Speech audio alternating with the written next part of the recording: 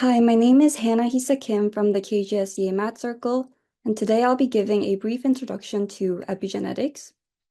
So epigenetics is actually not a major part of high school biology, but it is becoming increasingly popular because of its applications, and I think it's also briefly covered in AP Bio and AP Psychology, so it's a really good topic to know for those of you who are planning to take that. And so today I'll be just going over some basic mechanisms and applications of epigenetics. And first, I'd like you to think about the nature versus nurture debate. And if you're not sure about what that is, it's basically a debate on whether a person is more influenced by their genetics or by their environment. And an easy way to think about this is the serial killer example, or serial killers born or made. So some people who argue that genetics determines a person would say that serial killers are born as criminals and that it's in their DNA. And others who say that the environment determines a person would say that criminals are made by past experiences or maybe how they were raised or past trauma. And so one extreme view of this debate is first nativism. And this is the belief that people are born with innate abilities and knowledge, and that who you are as a person is determined at birth by your genes. And the other philosophy is empiricism, and this is basically the opposite. And this is the belief that your environment determines who you are. And the idea of a blank slate was proposed by John Locke, and it basically claims that people aren't born with any knowledge, but that they acquire their traits and personality as they grow and experience things. Right, so I'll get back to the nature versus nurture debate later on, and now I'll get into what epigenetics really is. So epigenetics is defined by the study of changes in organisms caused by the modification of gene expression without changing the gene itself. So I'd say the most important thing here is that the DNA itself does not change, but rather it's the expression of that gene that's being controlled. And you can basically think of this as turning a gene on or off.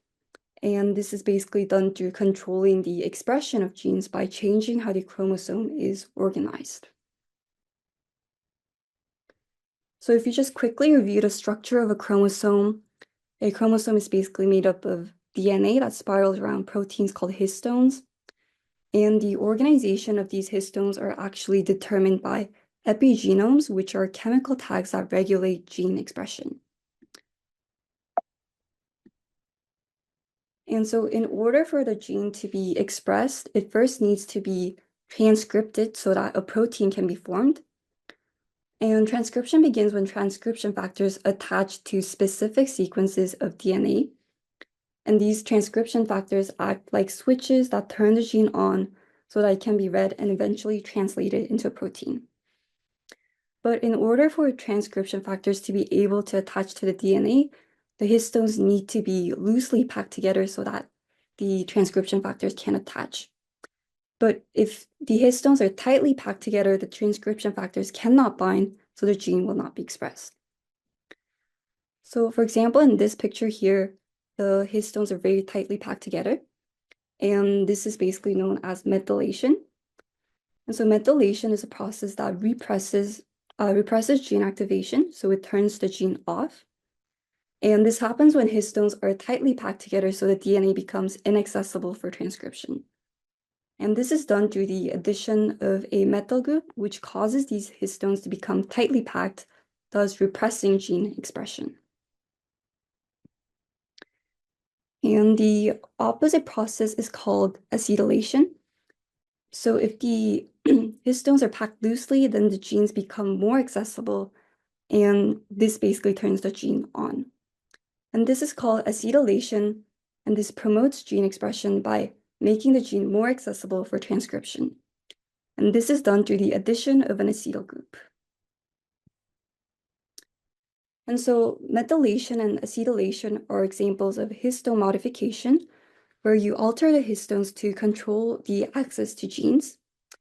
However, the expression of genes can be controlled by directly adding a methyl group to the DNA itself, or with non-coding RNA, so just keep in mind that there are many ways to control gene expression.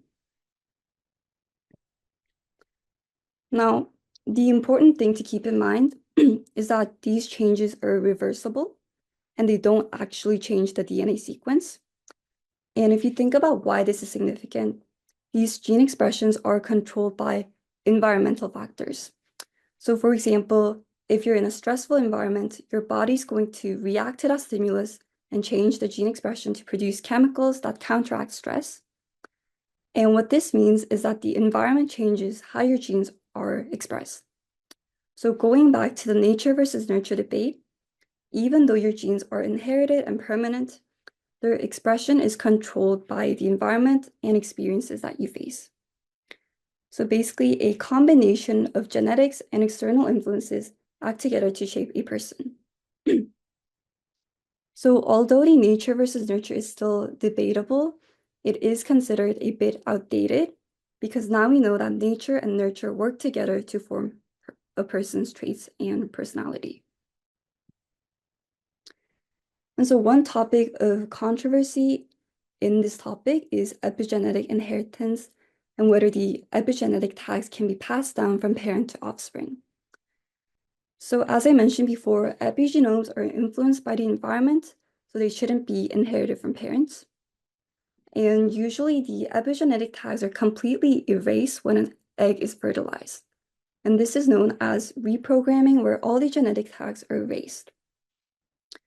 However, recent research showed that there are some tags that are not erased and are passed down from parent to offspring. And this means that contrary to what we believed before, the parents' experiences can be passed down to future generations through epigenomes.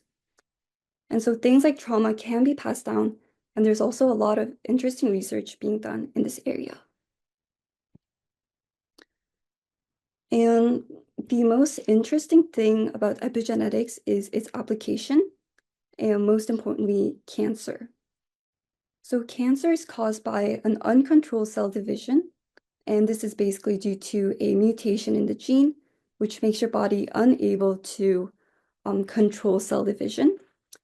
And since modern treatment of cancer isn't 100% effective, previously there have been efforts to genetically engineer a person's gene so that they become cancer-free. But instead of changing the actual DNA sequence, if you could simply repress these mutations by controlling the epigenetic tags, it can be a much simpler process. And it's also reversible because gene expression and epigenetic tags aren't permanent. So there's less risk of anything going wrong with your DNA. And it's not actually changing the DNA, so it can be considered more ethical as well. And so even though epigenetic engineering is still premature, it does promise a lot of future advancements in the field of medicine and technology. So if you're interested, this might be a good topic to learn more about. And so that's it, and thank you for listening.